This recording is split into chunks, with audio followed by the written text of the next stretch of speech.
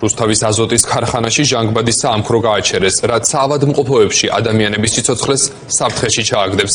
ადმინისტრაციამ დაიწყო ადამიანის სიცოცხლით თამაში, ამბობენ გაფიცული თანამშრომლები. ისინი მეხუთე დღეა ქარხანასთან იმყოფებიან და პირობების გაუმჯობესებას მოითხოვენ. დეტალებით მარიამ ლეკიაშვილი უერთდება ფორმულას ეთერს. დიახ, გიორგი, უკვე მეხუთე დღეა, რაც რუსთავის აზოტის ქარხნის თანამშრომლები არიან გაფიცულები და ითხოვენ ხელფასების მომატებას, ვინაიდან ისინი თვლიან, რომ ის თანხა, რასაც ადმინისტრაცია მათ სთავაზობს, არ არის იმ შრომის პროპორციული, რასაც ისინი აკეთებენ, თუმცა ქარხნის ადმინისტრაცია მეხუთე დღეა მათთან კონტაქტზე არ გამოდის, არ ცდილობს ამ პრობლემის მოგვარებას. ქარხნის ადმინისტრაციამ პრობლემის მოგვარების ერთადერთ გზად მხოლოდ ქარხნის სამუშაოს გაჩერება მიიჩნია, თუმცა რა თქმა უნდა ეს ქარხნის გაჩერება არ არის თანამშრომლების ბრალი, ეს არის სრულიად ადმინისტრაციის პასუხისმგებლობა. როგორც ქარხნის თანამშრომლები ჩვენთან საუბრისას აღნიშნავენ, ადმინისტრაციას არც კი ჰქონია მცდელობა იმისა, რომ მათთან კონტაქტზე გამოსულიყო და ეს პრობლემა სხვანაირად მოეგვარებინათ. ასევე ქარხნის ადმინისტრაციამ გააჩერა ჟანგბადის საამქროს მუშაობაც, რაც თანამშრომლების განმარტებით არის მხოლოდ და მხოლოდ ადამიანების სიცოცხლით მანიპულაცია, როგორც ისინი ჩვენთან საუბრისას ამბობენ.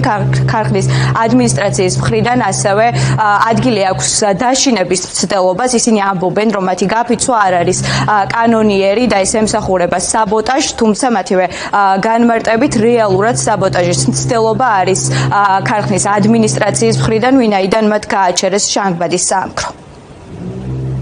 მოხდა ისე, რომ სამჯერ ნაკლები თანხა შემოგთავაზეს და 4ჯერ ნაკლები 30 ლარიც არ გამოდის მატება. რაც დღევანდელ საქართველოში არის დაცინვა ადამიანების და იმ ხალხის ვიზის დღეს ეს ქარხანა. ჩვენ ვითხოვთ 300 ლარს მატებას, რაც სრულიად ადეკვატური თანხაა დღევანდელ რეალობაში. გაანთავისუფლეს ხალხი სამსახურიდან იმის გამო, რომ მოითხოვეს კონკრეტულმა პირებმა თანხის მატება, რადგან ასრულებენ 15 კაცის სამუშაოს 5-6 კაცი. თავრობის ადმინისტრაციის მხრიდან იყო ასეთი მზაობა, გაგიფუჭებთ საბუთებს, ან თქვენი დაწერეთ განცხადება. ამის მაგალითად შემოიყვანეს აზერბაიჯანული კომპანია და იმათ უხდიან 10ჯერ მეც ვიდრე ესენი ითხოვდნენ. შენ დაიწყეს მუქარები, რომ თქვენ ასრულებთ არაკანონიერ გაფიცვას და ეს არის სისხლის სამართლის დანაშაული. მე მინდა ესეთი განმარტება გავაკეთო. კონსტიტუციის მომრჩეველი უფლებით თითოეულ ადამიანს აქვს შვიდობიანი გაფიცვის უფლება. ამ მომენტში არ ზიანდება და არ დაზიანდება არაფერი, არ მიმდინარეობს არანაირი კანონდარღვევა და მე მინდა ესეთი რაღაცა გავაკეთო. გუშინ გადაიღეს გადაწყვეტილება, რომ გაეჩერებინათ ჟანგბადის საამქრო. ჟანგბადის საამქრო, რომელიც რუსთავის აზოტი ერთ-ერთი უმსხვილესი მიმწოდებელია საავადმყოფოების. მათ დაიწყეს ადამიანის სიცოცხლეებით მანიპულირება. და ეს უკვე აღარ არის იმაზე, რომ აი დასაქმებულებს შევაშინეთ და ასე შემდეგ. ეს არის პირდაპირ საბოტაჟის მოთხოვის მცდელობა, რომელიც მათ გააკეთეს. ეს არის სისხლის სამართლის დანაშაული.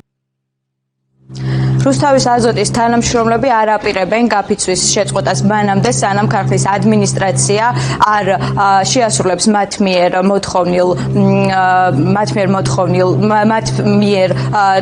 ნათქვამ მოთხოვნებს, როგორც გითხარით, ქარხნის თანამშრომლები ითხოვენ ხელფასების მომატებას.